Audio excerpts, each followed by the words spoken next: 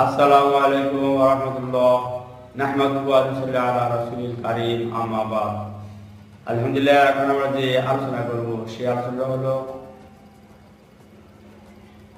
প্রশ্ন করা হচ্ছে দাবা খেলা কি জায়েজ না জায়েজ?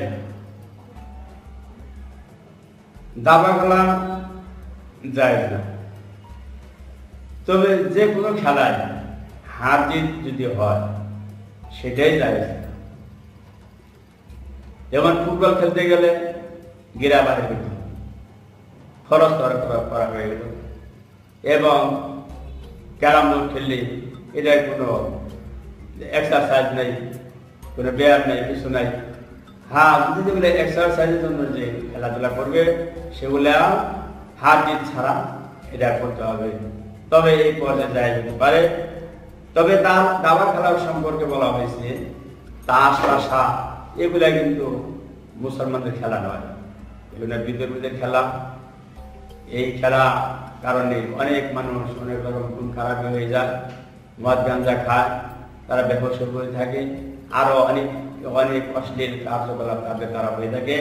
তো এই খেলাধুলা যায় না। তো দাবা খেলা সম্পর্কে বলা হয়েছে যে মুসলিম শরীফের মধ্যে বুরাইদা রাদিয়াল্লাহু তাআলা আনহু হতে বর্ণিত এই হাদিসটি, যে হুজুর পাক সাল্লাল্লাহু আলাইহি ওয়াসাল্লাম বলেছেন, যে ব্যক্তি দাবা খেলিল সে যেন শুকরের রক্ত দ্বারা তাহার হাতকে রঞ্জিত করিল। অনেক কঠোর কথা, সতর্কবাণী, যে ব্যক্তি দাবা খেলিল সে যেন তার হাতকে শুকরের রক্ত দ্বারা রঞ্জিত করিল। হাদিসটি মুসলিম শরীফের মধ্যে বুরায়দা রাদিয়াল্লাহু আনহু থেকে হাদিসটি বর্ণিত।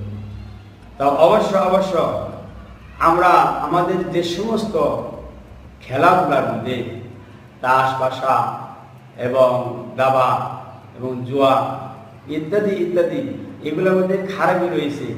বেশিরভাগ মানুষের চরিত্র নষ্ট হয়ে যায়, বেশিরভাগ মানুষ বন্ধু বান্ধবের সাথে শেষ পর্যন্ত এমনি হয়, খারাপই হয়ে যায়, শেষ পর্যন্ত মানুষ জেলে যায়, সে কারাগারে পড়ে থাকে।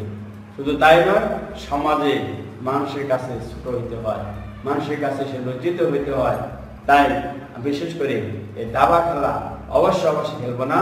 তো দাবা খেললে সে যে দাবা খেলো সে যেন তার হাতকে শুকরের রক্ত মাংস দ্বারা রঞ্জিত করলো। নাউযুবিল্লাহি ওয়া মিন যালিক।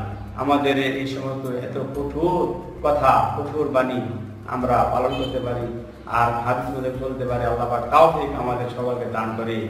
যে বিষয়ে আলোচনা হলো সেই বিষয়ে এখন সমাপ্তি করছি। তবে আমাদের ভিডিওগুলো যদি আপনাদের ভালো লাগে লাইক দিন এবং ইসলামের প্রচার প্রসারের জন্য বেশি বেশি করে আপনার বন্ধু বান্ধবের কাছে শেয়ার করুন এবং আমাদের সাথে থাকতে হলে আমাদের চ্যানেলটি সাবস্ক্রাইব করুন। খোদা হাফেজ, আল্লাহ হাফেজ, আসসালামু আলাইকুম।